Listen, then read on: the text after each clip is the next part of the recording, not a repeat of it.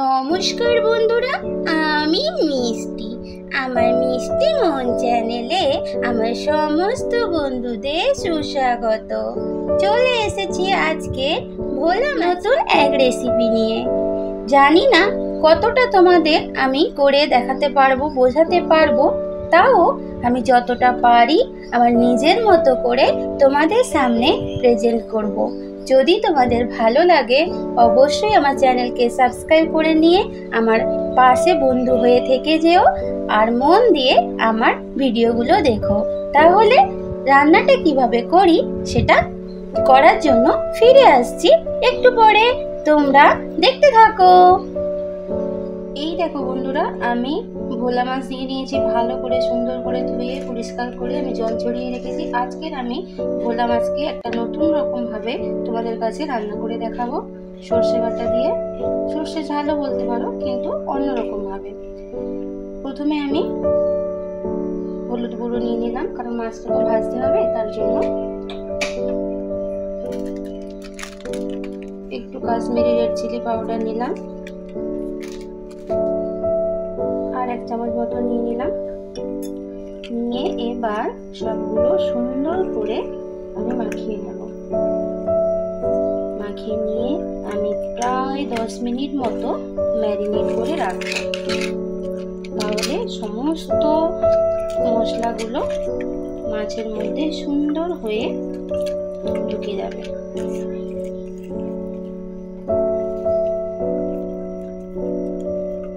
দেখো, আমি সুন্দর করে মেখে নিলাম।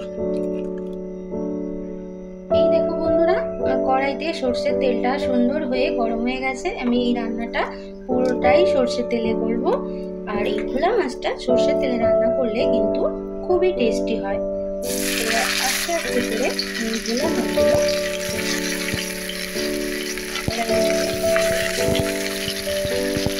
আস্তে আস্তে করে মাছটা ভাজতে হবে,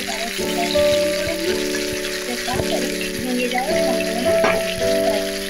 এই দেখো বন্ধুরা, আমার একটা পিস মাছগুলো ভাজা হয়ে গেছে। আমি আস্তে করে তুলতে পারি, যেহেতু এটা নদীর, তাই একটুখানি কড়া করে ভাজতে হবে। হালকা করে ভাজলে কিন্তু হবে না। আর একটা পিস দেখো সুন্দরভাবে ভাজা হয়ে গেছে। আমি আবার একটু ভেজে নিই, ফিরে আসছি। ওই কড়াইয়ে তেলটা ছিল, ওর মধ্যেই আমি এবার কালো জিরে ফোড়ন দিয়ে দিলাম। আর আমি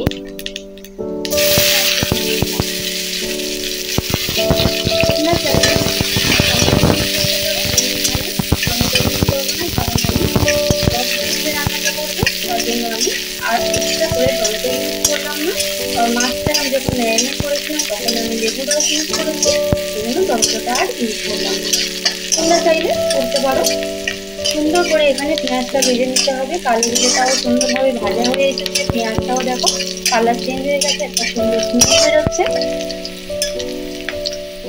এখানে একটু আদা আর একটুখানি রসুনের পেস্ট আছে, আর একটু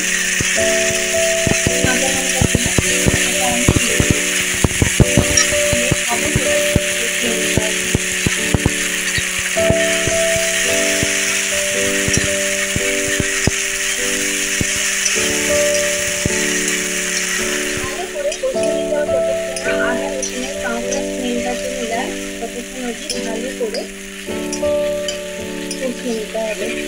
প্রায় 5 সেকেন্ড মতো কষাতে হবে, তাহলে কিন্তু সুন্দর একটা স্মেল বেরোবে, কাঁচা স্মেলটা চলে যাবে।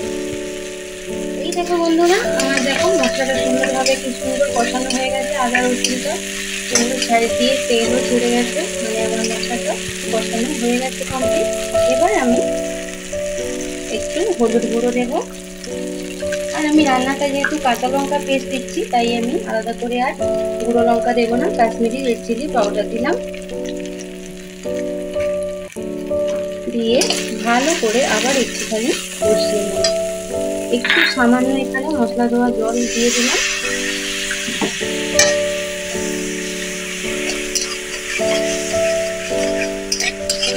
সুন্দর করে আবারও একটু কষিয়ে নেব। মশলাটা আমার সুন্দরভাবে কষানো হয়ে গেছে। এই পর্যায়ে আমি ভেজে রাখা বেগুনগুলো দিয়ে দেবো।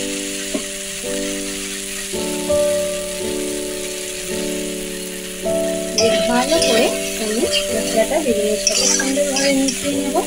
এই রান্নাটা করতে বেশিক্ষণ কিন্তু লাগে না, বেশি মশলাপাতিও লাগে না, খুব তাড়াতাড়ি একটা সুন্দর রেসিপি তোমরা লাঞ্চে ভাতের সাথে পেয়ে যাবে।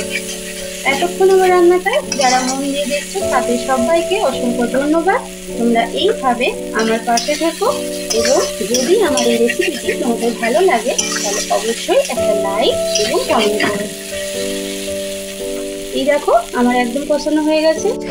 টক দইটা দিয়ে আমি আরো একটু হালকা আঁচে আমি একটুখানি নাড়িয়ে নেব। আমার রান্নাটা প্রায় হয়ে এসছে বলতে গেলে। এবার আমি এই পর্যায়ে জল দিয়ে দেব। এই রান্নাটা খুব একটা কালারফুল হবে না, কিন্তু আমি পুরোটাই বেশিরভাগই টক দই দিয়ে করছি, কারণ একটুখানি সাদা সাদা মতো কালার আসবে। তোমরা এই রান্নাটা দেখো এবং যদি তোমাদের ভালো লাগে বাড়িতে অবশ্যই তোমরা করো। এই দেখো বন্ধুরা, আমার ঝোলটা সুন্দর হয়ে ফুটে গেছে। এইবার আমি আস্তে আস্তে করে ভেজে রাখা ভোনা মাছটা আমি ইউজ করব।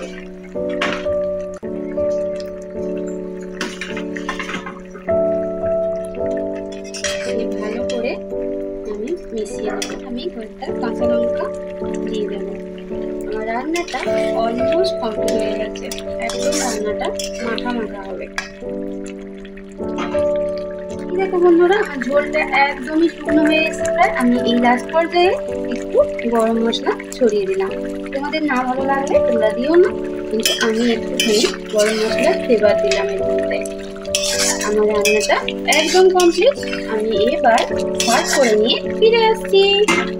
এই দেখো বন্ধুরা, আমার সর্ষে ভোলা বেগুন দিয়ে একদম রেডি। দেখো আমি সার্ভ করে নিয়েছি। কালারটা কিন্তু খুব একটা সাদা আসেনি, কালারটা সুন্দরই এসেছে। এটা কিন্তু যেমন দেখতে ভালো লাগছে, খেতেও কিন্তু তেমনই ভাতের সাথে ইয়ামি ইয়ামি লাগবে। তোমরা প্লিজ এইভাবে বাড়িতে বানিয়ে খেও, আশা করি তোমাদের খারাপ লাগবে না। আমার চ্যানেলে যারা পুরনো বন্ধুরা আছো তারা তো আমাকে ফলো করো, আমার ভিডিও দেখো, কিন্তু যারা নতুন আসছো প্লিজ আমার চ্যানেলকে সাবস্ক্রাইব করে নিয়ে আমার পাশে থেকো, বেল আইকন অবশ্যই প্রেস করো। তাহলে বন্ধুরা আজকের মতো তোমাদের থেকে বিদায় নিলাম। ফিরে আসবো নতুন কোনো এক রেসিপি নিয়ে। ততক্ষণ তোমরা সবাই ভালো থেকো, সব সময় হাসতে থেকো। টাটা।